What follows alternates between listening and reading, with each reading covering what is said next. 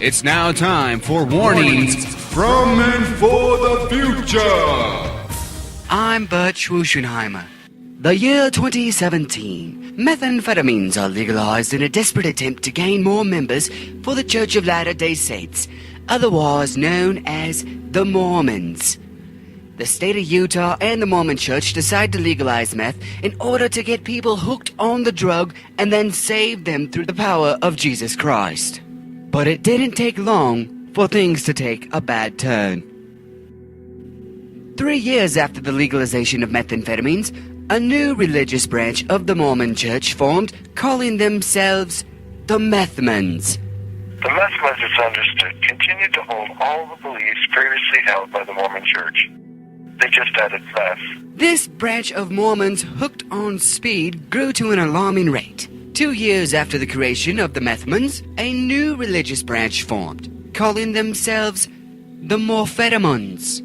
Now the Morphetamons were essentially the same as the Methmans that preceded them, except in that they placed meth before Jesus Christ. The Morphetamons had an unusual way of gathering members for their church. It was the future. And me and my future ex-family were invited over to one of those Morphetamite family future game nights. And you know what? They're some of the nicest futuristic people I know.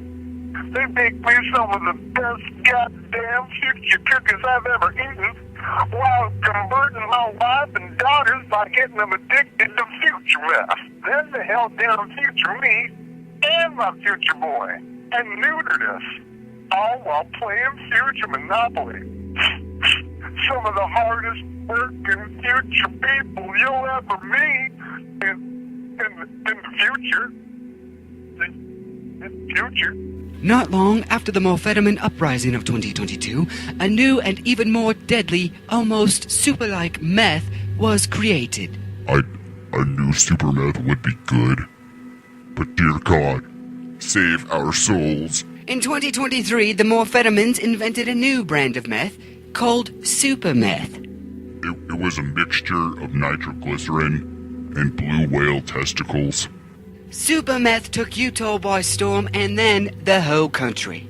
By 2024, the country was high as shit. But there was one problem. The super meth was running out.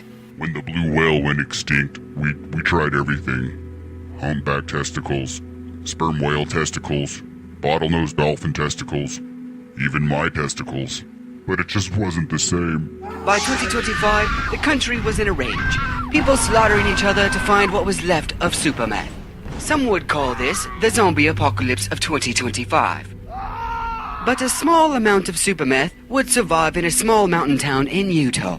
There, an alliance would be formed that would change the world forever.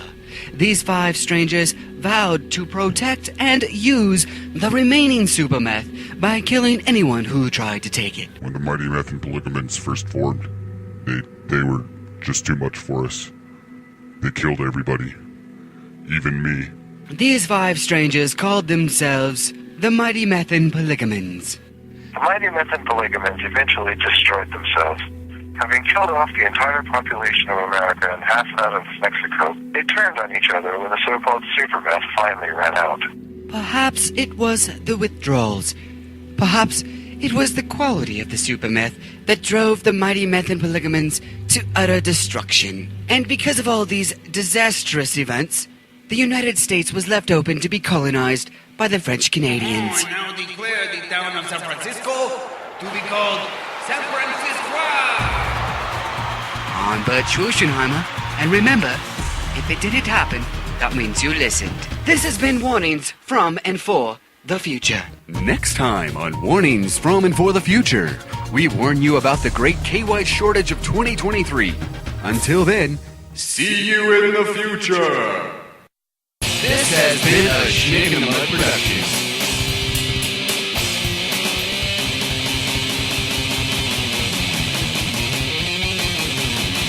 Now go suck a bag of schnicks.